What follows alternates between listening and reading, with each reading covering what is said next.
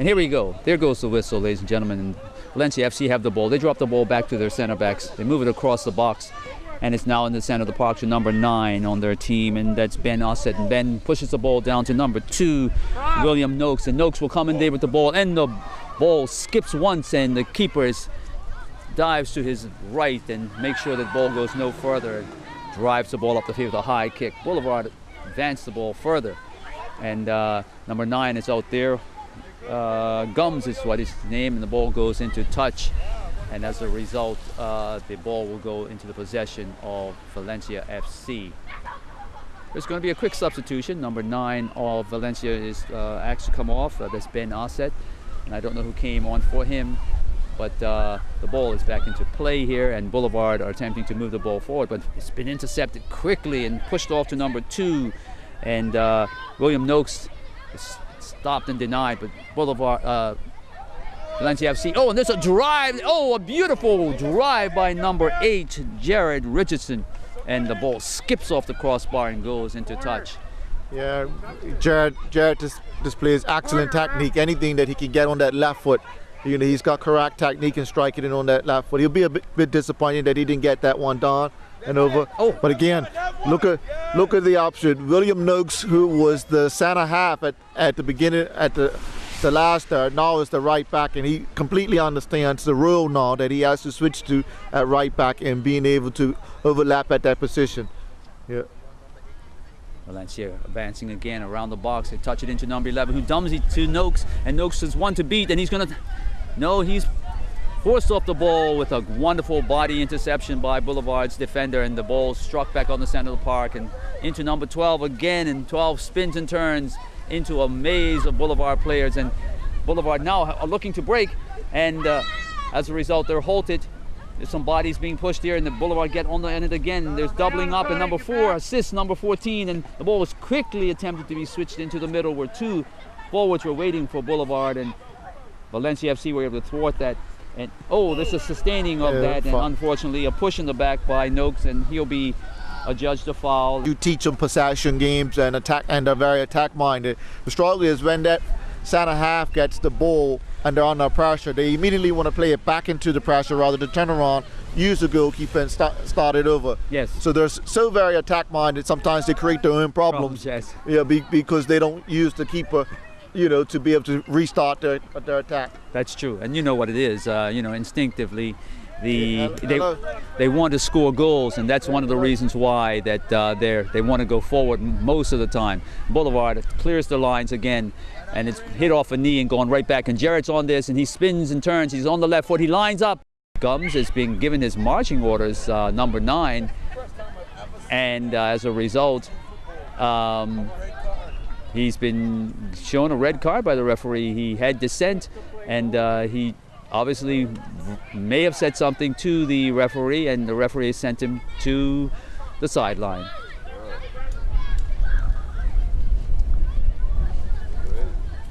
The referee asks now for another replacement on that. They're not going to play short. Number 20 comes in. There's Kwaijan Bean. Kwaizijan Bean. Can't pronounce that, and excuse me if I've got it wrong, but we'll maybe get the referee to give me the correct pronunciation for future endeavors. Ball's played from the back of Boulevard, and it's Jared again. Oh, it's a beautiful spin. Not Jared, I'm sorry, it's Ari Cannonier. And he's been fouled there, and as a result, the Valencia FC will get a kick just outside the penalty area. Again, but you see Ari's very deceptive with his movement. I see how he cuts and cuts. What's going to be important as he grows older is to develop his muscle set to accommodate those cuts that he likes to do in the game. Players that like to cut like that, they need strong thighs and strong hamstrings so they don't tear muscles and pull muscles. Yes. So that's going to be an important part of his development as he goes into the 13, 14, 15 years of age. And Jared looks to curl this one down.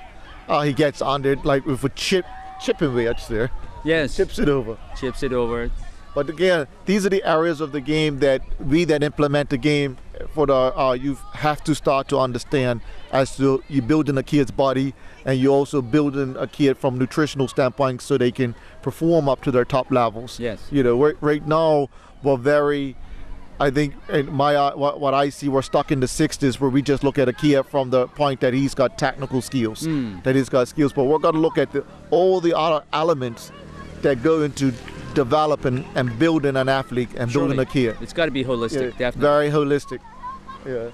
And there's a corner as a result of the attack that Valencia FC just did, and number 2 was attempting to cross the ball and was pushed into an overtouch by, that was Noakes, and Quasi Bean was able to defend. And beautiful header.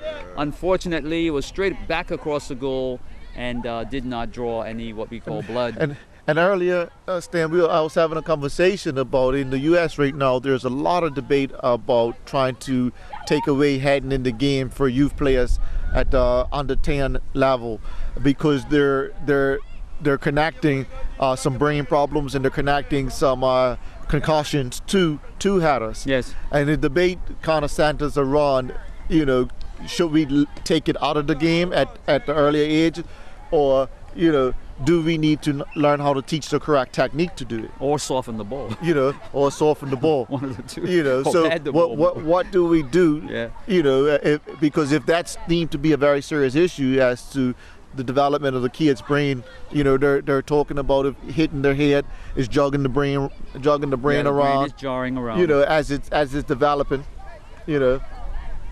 So that's something that we, again, as we grow in football and life, we need to start to pay a little bit closer attention to. For sure. I'm aware of ex-NFL players. They actually don't let their kids play after what they're experiencing in the game. And some great players do not encourage their kids to play the game. Right. Because of some of the things that they're continuously suffering through at the end of their careers, that they don't want their kids to suffer from. True. So interesting debates and interesting discussions. And to that result, the equipment has gotten better in the NFL scenario, just to make sure that is lessened.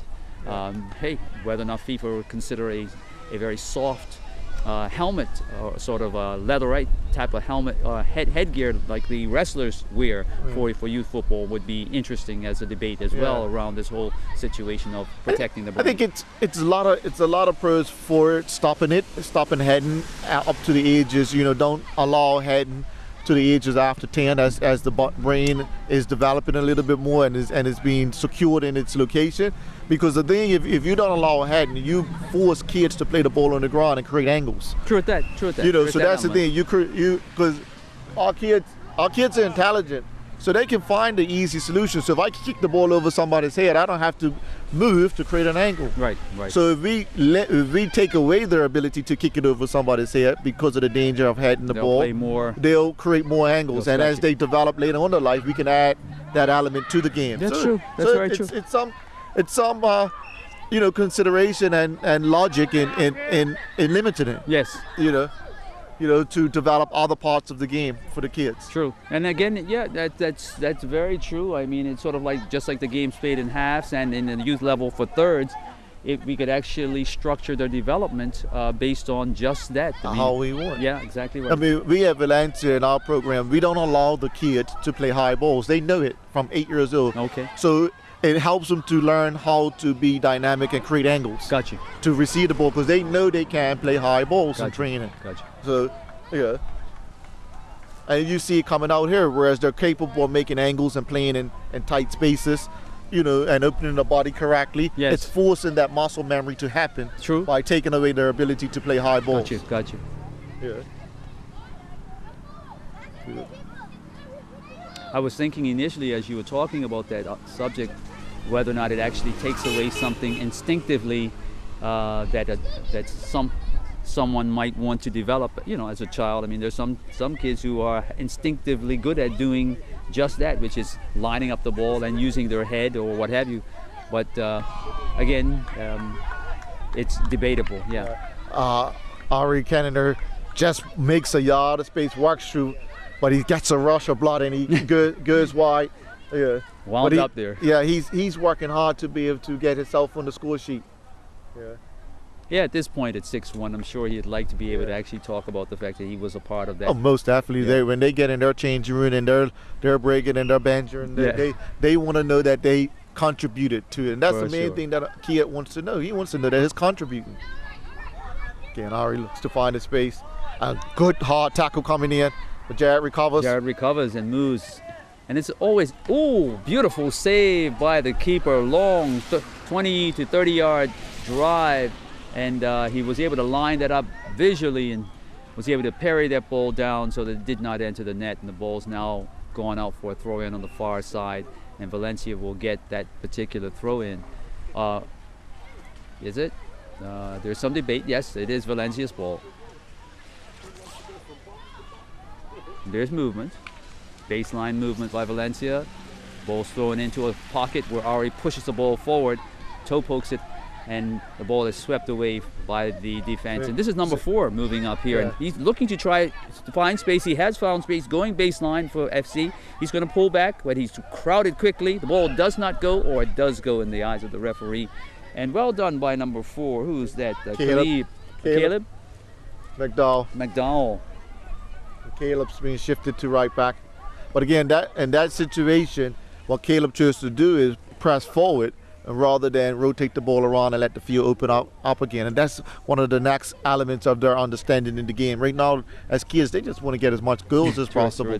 You know, but in situations such as that, when a defense is, when a team pushing out, pressing you, and you're going right back into the pressure, right, you know, you should be looking to rotate that ball around, create more holes.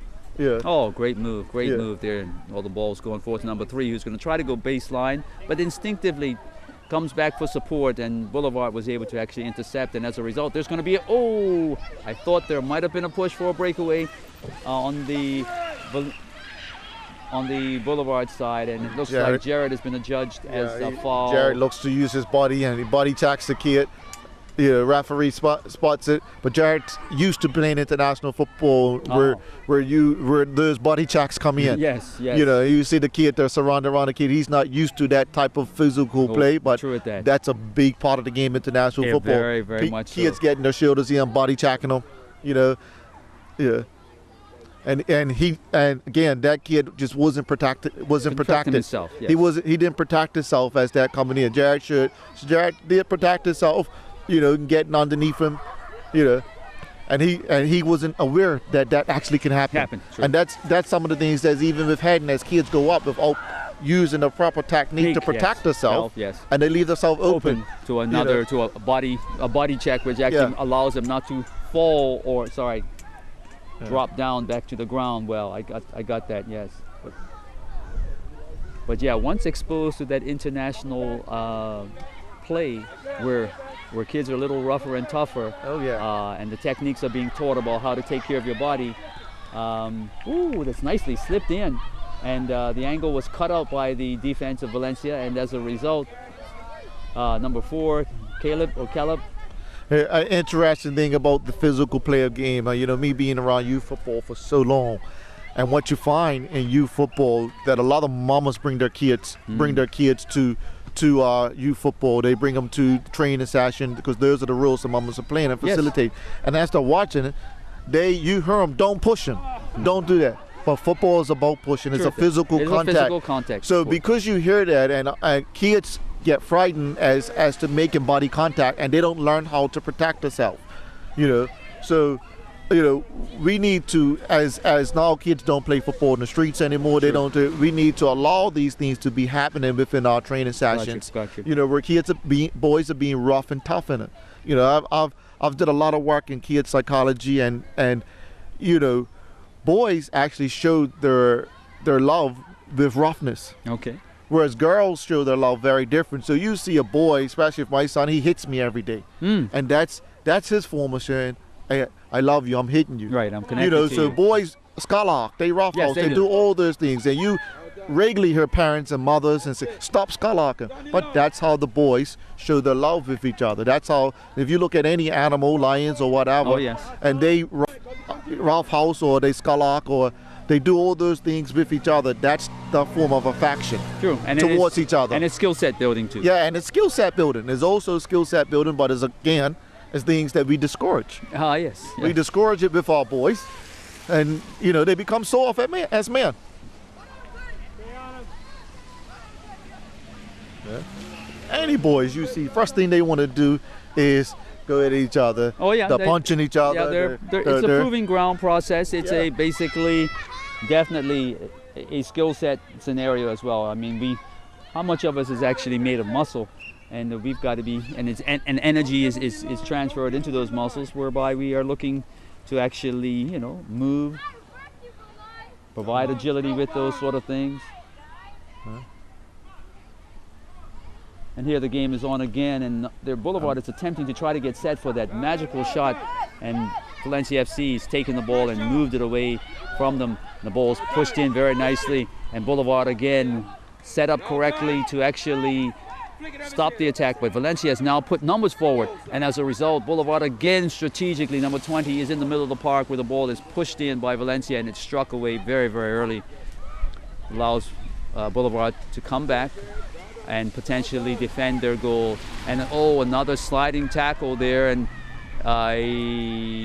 okay, the referees play possession, and the ball is driven low on the ground, but it eventually goes wide, and there is a corner by the FC. It looks like we hear that maybe a 5 to 6 minute call for the rest of this particular match, and Jared has stepped up and he's flighted the ball to the back post, and it's very, very nicely done by him. But the ball does not find the goal in terms of it adding to the score. But a nice attempt from the corner spot, just missing the upright there at the far post. And Boulevard sets up for a goal kick, and they go short, and unfortunately they weren't on the same page. It looked like the two players that were out there did not understand who was going to go for that one, and the ball rolls into touch, and FC Valencia will get this back. Boulevard temporarily intercept, and then Valencia get it back, and Boulevard get it back and push it forward, but it's intercepted again by Boulevard. Again, that ball that comes onto defense, that's played right back into the pressure area that we were struggling to learn to open up by, turn around, use the goalkeeper, open it back up, and start it over. Gotcha. So we put ourselves right under pressure because of the choice of that ball.